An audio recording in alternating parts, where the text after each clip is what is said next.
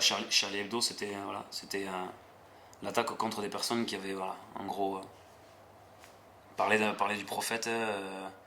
Nous, on était là pour un concert. Je vais pas dire que voilà, Charlie Hebdo, il y avait en gros une logique pour eux. Mais là, c'était sans logique, quoi. Et puis ils auraient pu tous nous tuer, alors qu'ils en ont tué quelques-uns. Pour nous, on pensait qu'on allait tous y passer.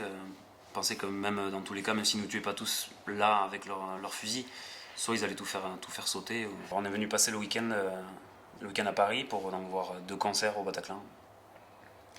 Et je sais pas exactement, peut-être pas à la moitié du concert, un peu avant la moitié du concert, là, on a entendu une fusillade derrière nous, quoi.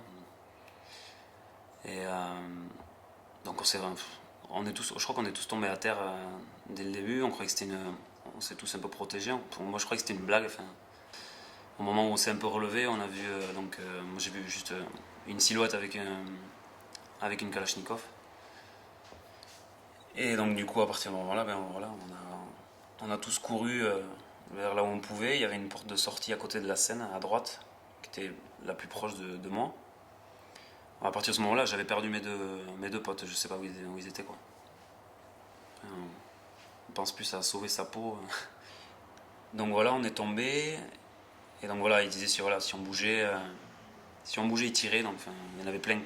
On entendait plein de tirs. Donc jusqu'à 1 heure après, pendant 1 heure, j'ai rien vu de ce qui s'est passé derrière moi, quoi. Donc c'est tous accroupis, les mains sur les oreilles pour les coups de feu. Et on attendait, quoi. On attendait que ça se passe. Et voilà, c'est vrai qu'on est resté assez calme, je trouve, tous, sans bouger. Parce que je pense que ce qui nous a sauvés, parce que le seul mouvement de panique, il tirait dans le tas, quoi. Et j'ai pu tourner la tête pour regarder en direction de la salle. Donc il n'y avait plus de terroristes. Mais il y avait la porte d'entrée qui s'ouvrait. Et au fur et à mesure, je voyais des gens qui rentraient avec des casques, avec des fusils et des boucliers. Donc, voilà. Donc, vraiment, les policiers voulaient vraiment pas qu'on bouge, quoi. Parce qu'ils ne savaient pas où étaient les terroristes. Il y avait du sang un peu partout. Il me semblait qu'un des terroristes s'était fait exploser par une ceinture. Parce qu'en partant, j'ai vu beaucoup de morceaux de chair sur les gens. Mais bon, apparemment, non. Il se serait fait sauter plus tard, quand on était quasiment tous dehors. Il ne restait plus que les otages